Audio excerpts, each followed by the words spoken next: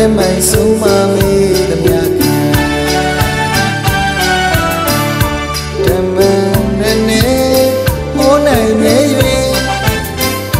ကျိုးနဲ့မတန်းကိုယ်နဲ့ခံ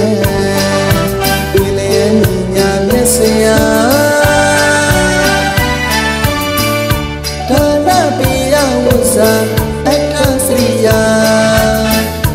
ဓမ္မနဲ့ထာတာသူကိုပြမြေသူတော်အနန္တပြားစွာမြင့်မြတ်တဲ့စိတ်ထားများနေစရာသုံးပါးစရာ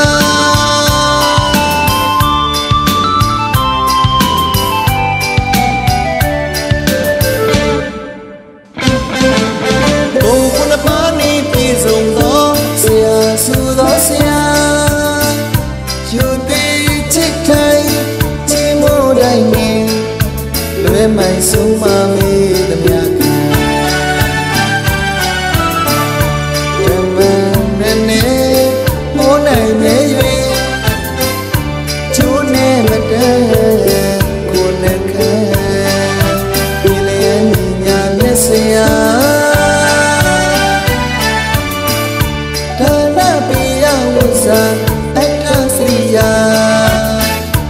ဓမ္မနဲ့ထာတာမြေသူတော်အနန္တပြားစွာ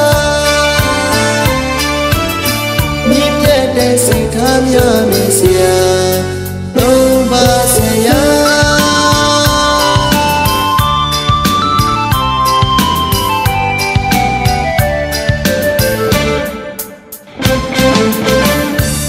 ယူ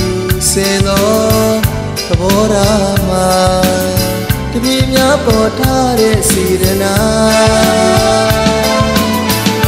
အရင်ကစိတ်ထား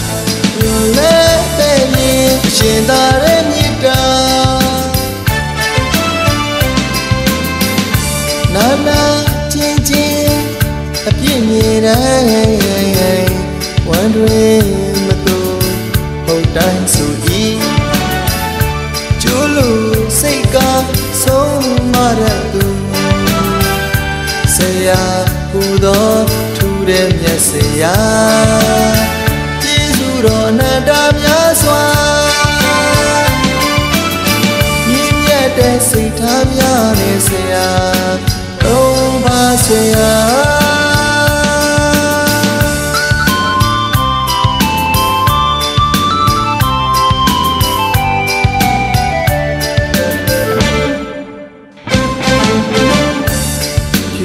စေသောသဘောထားမှာတပည့်များပေါ်ထားတဲ့စေတနာအရင်ကစိတ်ထားလည်းတဲ့မြေရှင်သာတဲ့မြတ်တာနာနာချင်းချင်းအပြည့်မြင်တိုင်းဝမ်းတွင်မတူဟုတ်တိုင်းဆိုဤ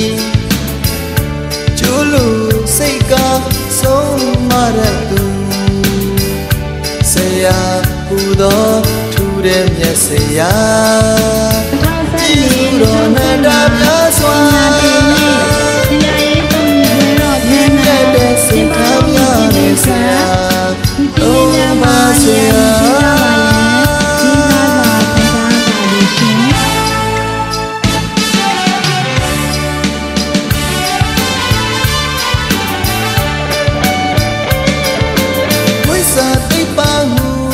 ပညာနှလုံးသားထဲမှာနာသုံးနာဒီကြပြတာအာစရိယာတပည့်အပေါင်းကဥခိုင်ဝန္တာစေပြရှက်သွဲမှုရှိခုကရောပန်ခွာ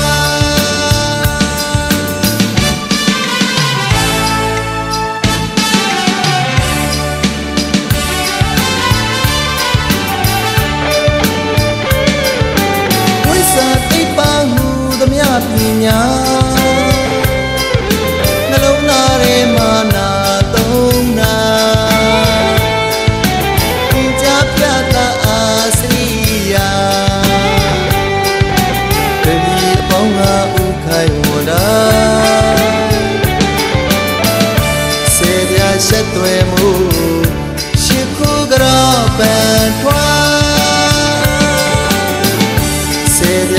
သွဲမှုရှစ်ခုကြောပန်ထွားစေပြဆက်သွဲမှုရှစ်ခုကြောပန်ထွား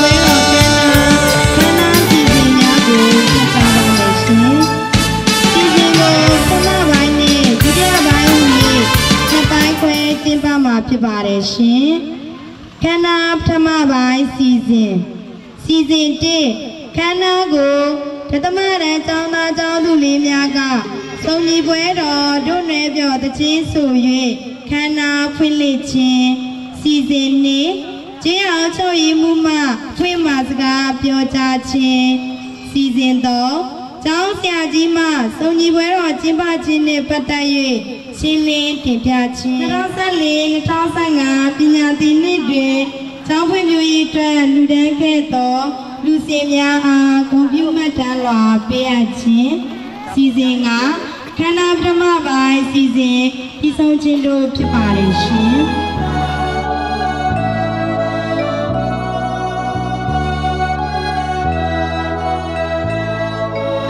ခန္ဓာစီစဉ်ခြင်းရခန္ဓာကိုဒသမရန်ကျောင်းသားကျောင်းသူလေးများကစုံညီပွဲတော်တွန်းရွယ်ပြောတခြင်းသိဆို၍ခန္ဓာဖွင့်လှစ်ခြင်းစီစဉ်ပဲဖြစ်ပါတယ်ရှင်တို့ဖြစ်ပါ၍ဒသမရန်ကျောင်းသားကျောင်းသူလေးများအစဉ်သင့်ဖြစ်ရင်စင်ပေါ်သို့တရားဝင်ပါမယ်ရှင်ခ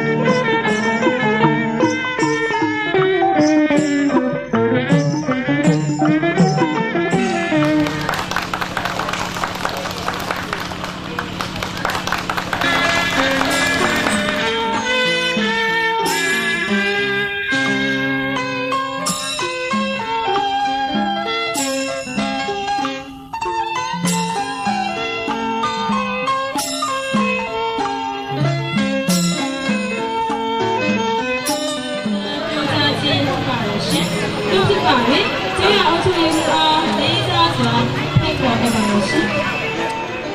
စုံညီပွဲတော်ကိုတက်ရကြတဲ့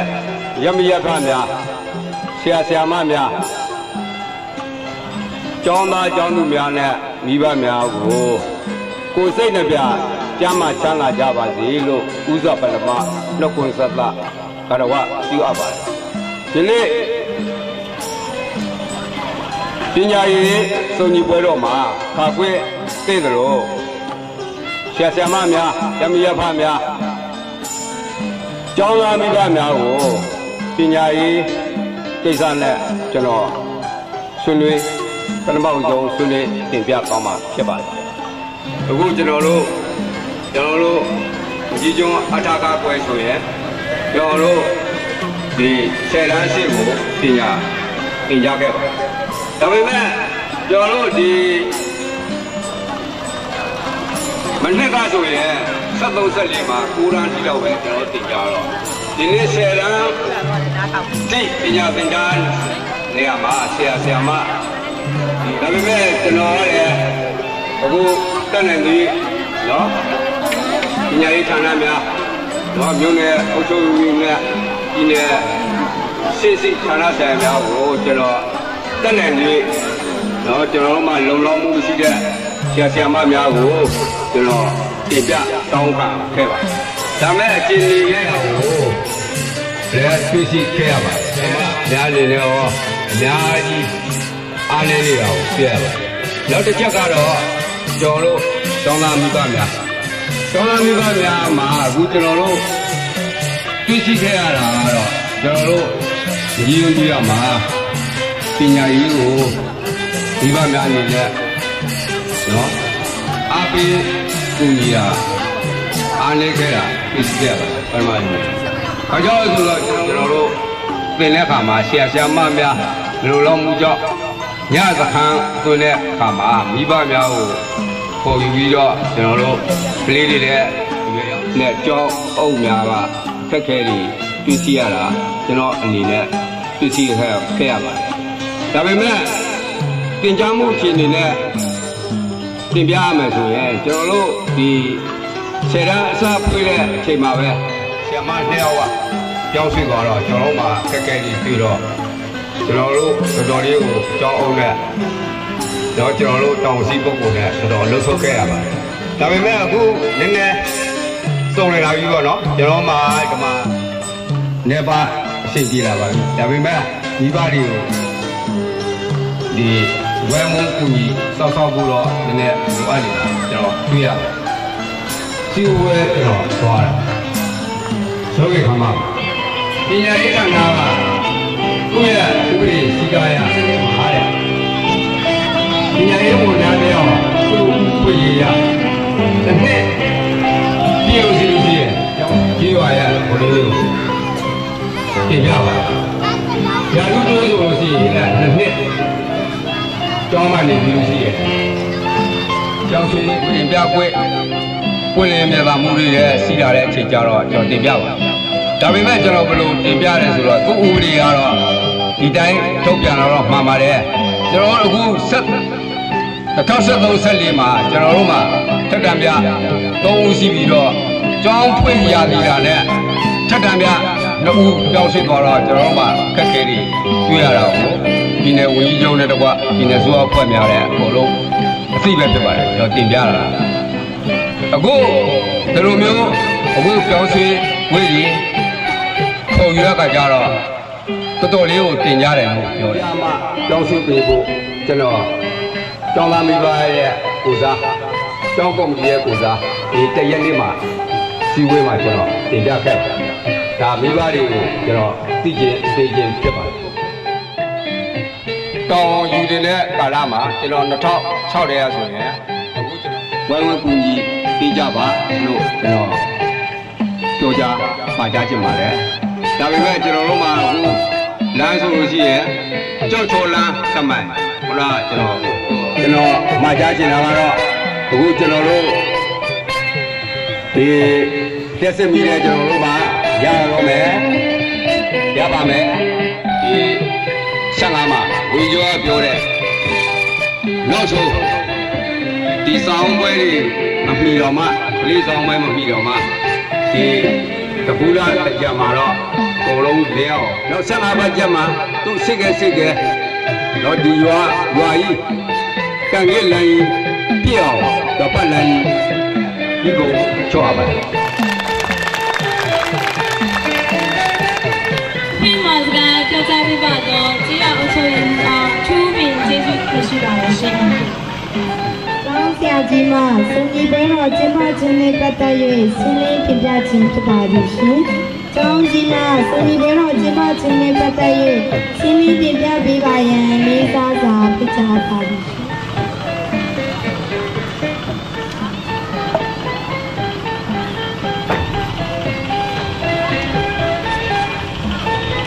ခုစုံကြီးပွဲတော်ခဏကိုတက်ရောက်လာကြတဲ့တရားအုပ်ချုပ်မှုနဲ့တကွာရမီရဖများကျောင်းသားမိဘများအားလုံးကိုရောစိတ်ပါကျမ်းမှချမ်းသာကြပါစေလို့ပြောကြခွန်းဆက်တာပါတယ်ကျွန်တော်ကခုနကမှာကခဏမှုစီစဉ်မှာကျင်ညာတဲ့အတိုင်းပေါ့နော်ဒီစုံကြီးပွဲတော်ကိုဘာလို့ကျွန်တော်တို့ကျင်းပရလဲဆိုရင်နော်ဒီလိုပွင့်လင်းရဒီမှာနော်ပွင့်လင်းရဒီမှာကျွန်တော်တို့ဆရာတွေရဲ့ကျောင်းသားတွေရဲ့မိဘတွေရဲ့ဒီလိုဟုတ်လားပွဲလေးတွေ့ဆုံပြီးတော့ဟုတ်လားလောက်ကြလို့ရှိရင်ဒါကျောင်းအတွက်ခြေရွာအတွက်ကျောင်းသားတွေအတွက်ညီညွတ်နဲ့ဟုတ်လားစီလုံးရှိတဲ့ပွဲဆိုတာကိုပြစီတယ်လို့နော်ဒီကဆက်စမားတွေနဲ့ရွာသားတွေနဲ့ဟုတ်လားကလေးတွေရောနဲ့စီလုံးညီညွတ်ကြတယ်ဆိုတော့ကြောင်းပြစီတယ်လို့ဒီလိုပွဲလေးတွေကျင်းပခြင်းဖြစ်ပါတယ်ပြီးတော့ဟာလာကျွန်တော်တို့ဟာလာဒီပွဲမှာမိဘတွေကိုခုနက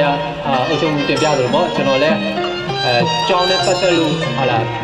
ပညာရေးနဲ့ပတ်သက်လို့တင်ပြကြလေးတွေလည်းရှိတော့ပေါ့ကျွန်တော်တို့မိဘနဲ့ကျွန်တော်တို့တွေ့ဖို့ဆိုတာကတစ်နှစ်မှာတစ်ချိန်လောက်ပဲကောင်းတွေ့တယ်နော်ဟိုပညာရေးကျွန်းစုပေးပဲခန္ဓာနဲ့ပညာရေးစုံညီပွဲတော်ခန္ဓာဒီနှစ်ခုလောက်မှာပဲမိဘကစုံစုံလင်လင်နဲ့တွေ့ရတာနော်ကျန်တဲ့အချိန်တွေကတော့ကျွန်တော်တို့လူမများနဲ့ပြောရတယ်ဆိုတော့အခမ်းအနားတစ်ခုလောက်မှာပဲပြောရတယ်အဲ့တော့အခုကျွန်တော်လည်းအရင်တင်လုံးပေါ့နော်အရင်တင်လုံးကျွန်တော်ကျောင်းရဲ့ပညာရေး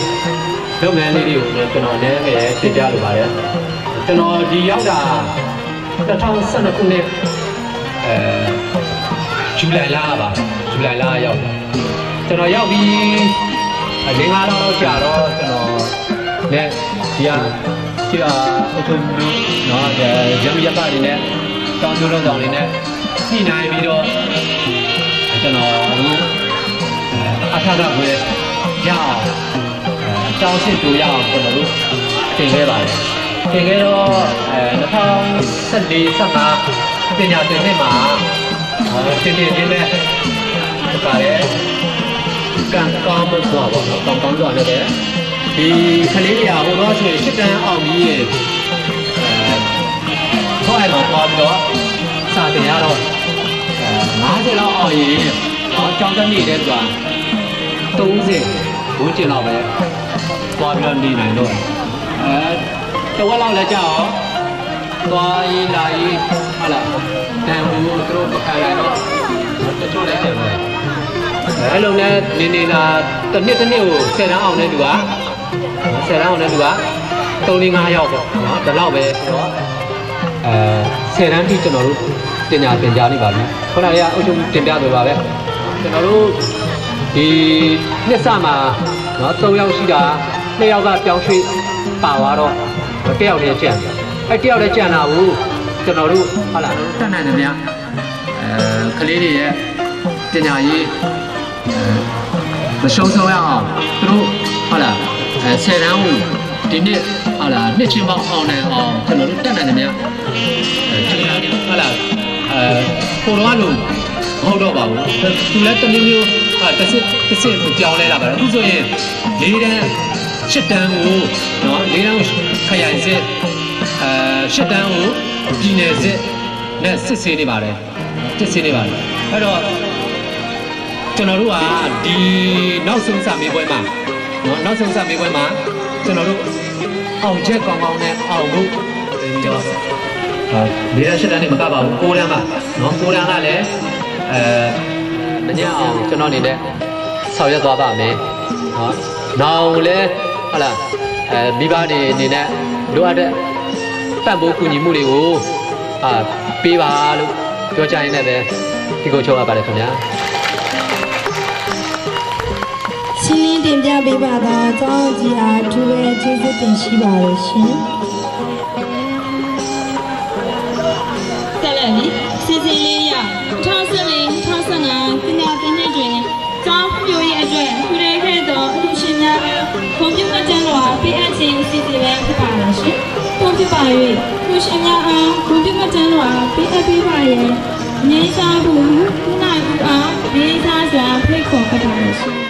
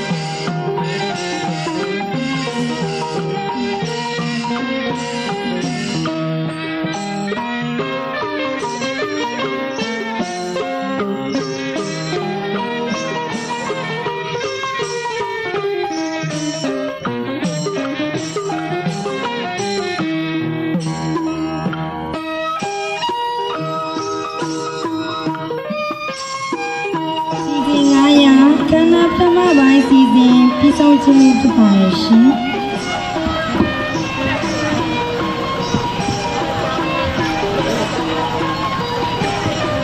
2014-2015ပညာသင်နှစ်ပညာရေးစုံညီပွဲတော်ခန္ဓာပထမပိုင်းစီစဉ်အောင်မြင်စွာပြီးဆုံးကြောင်းကြီးညာအပ်ပါသည်ရှင်